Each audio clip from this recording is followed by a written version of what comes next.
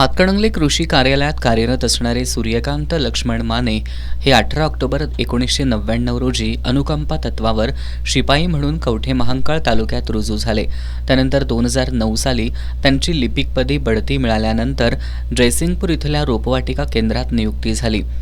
बढती मिळाल्यानंतर वेतनवाढीसाठी खात्याअंतर्गत घेण्यात येणारी सेवा परीक्षा पुढील 4 वर्षात अथवा 3 प्रयत्नात उत्तीर्ण होणं आवश्यक आहे. मात्र माने ही परीक्षा उत्तीर्णच झाले नाहीत, तरीही त्यांची नियमबाह्य वेतनवाढ सुरूच होती. 2017 साली त्यांची हातकणंगले कृषी कार्यालयात बदली झाली. त्यानंतर झालेल्या लेखापरीक्षणात ही गोष्ट निदर्शनास आल्यानंतर 2019ला त्यांची नियमबाह्य वेतनवाढ रोखली. माने यांनी शासनाची फसवणूक केली असतानाही तत्कालीन जिल्हा कृषी अधीक्षकांकडून याची गांभीर्यानं दखल घेतली गेली नाही. एका माहितीच्या अधिकारात ही संपूर्ण माहिती समोर आल्यानंतर ही बाब वरिष्ठांच्या लक्षात आली. जिल्हा कृषी अधीक्षक जालिंदर पांगरे यांनी जानेवारीमध्ये उपविभागीय कृषी अधिकाऱ्यांमार्फत चौकशीचे आदेश काढले. उपविभागीय कृषी अधिकारी पोपट पाटील यांनी चौकशी करून याबाबतचा सविस्तर अहवाल जिल्हा कृषी अधीक्षक जालिंदर पांगरे यांच्याकडे 2 दिवसांपूर्वी दिला असून यात माने हे दोषी आढळलेत. जिल्हा अधीक्षक कृषी अधिकारी कोल्हापूर यांनी तालुका कृषी अधिकारी कार्यालयाची प्रशासकीय तपासणी करण्याबाबत सूचना दिल्या होत्या. त्यानुसार 11 फेब्रुवारीला तालुका कृषी अधिकारी कार्यालयामध्ये आम्ही प्रशासकीय तपासणी केली. त्याच्यामध्ये काही आम्ही सेवा पुस्तकं तपासणी केली. त्याच्यामध्ये सूर्यकांत माने जे आहेत लिपिक आहेत, यांची जी काही वेतनवाढ 13 पासून बंद करणं आवश्यक होतं, ते बंद न करता 13 ते 19 या कालावधीमध्ये त्यांच्या वेतनवाढी काढलेल्या आहेत. आणि 2019ला लक्षात आल्यानंतर ते 19 पासून त्यांच्या बंद आहेत.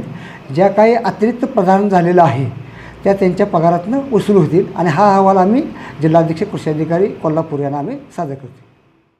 दरम्यान संबंधित चौकशी अहवालाचा अभ्यास करून विभागीय सहसंचालक कार्यालयाला पाठवण्यात येईल आणि त्यांच्याकडून जो आदेश मिळेल त्या अनुषंगानं माने यांच्यावर कारवाई करण्यात येईल, असं कृषी कार्यालयातील सहाय्यक प्रशासन अधिकारी शशिकांत चापले यांनी सांगितलं.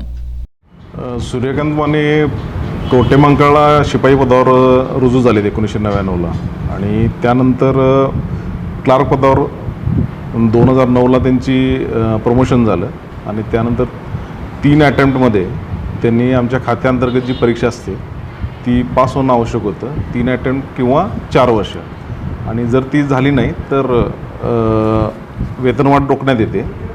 तर ते परीक्षा पास झाली नाहीत, त्यानंतर त्यांची वेतनवाढ ही तालुका हातकणंगले कार्यालयातून 19 रोजी हे लक्षात आल्यानंतर रोखण्यात आलेलं आहे. आणि आता सध्या त्यांची कारवाईबाबत उपविभागीय कृषी अधिकारी कोल्हापूर यांना सूचना दिलेल्या आहेत आणि त्यांचा अहवाल प्राप्त होताच आम्ही हा अहवाल प्राप्त होऊन वरिष्ठ कार्यालयात सादर करू आणि त्यानंतर त्यांच्यावर जी वरिष्ठ कार्यालय सांगेल त्या पद्धतीनं पुढील कारवाई होईल.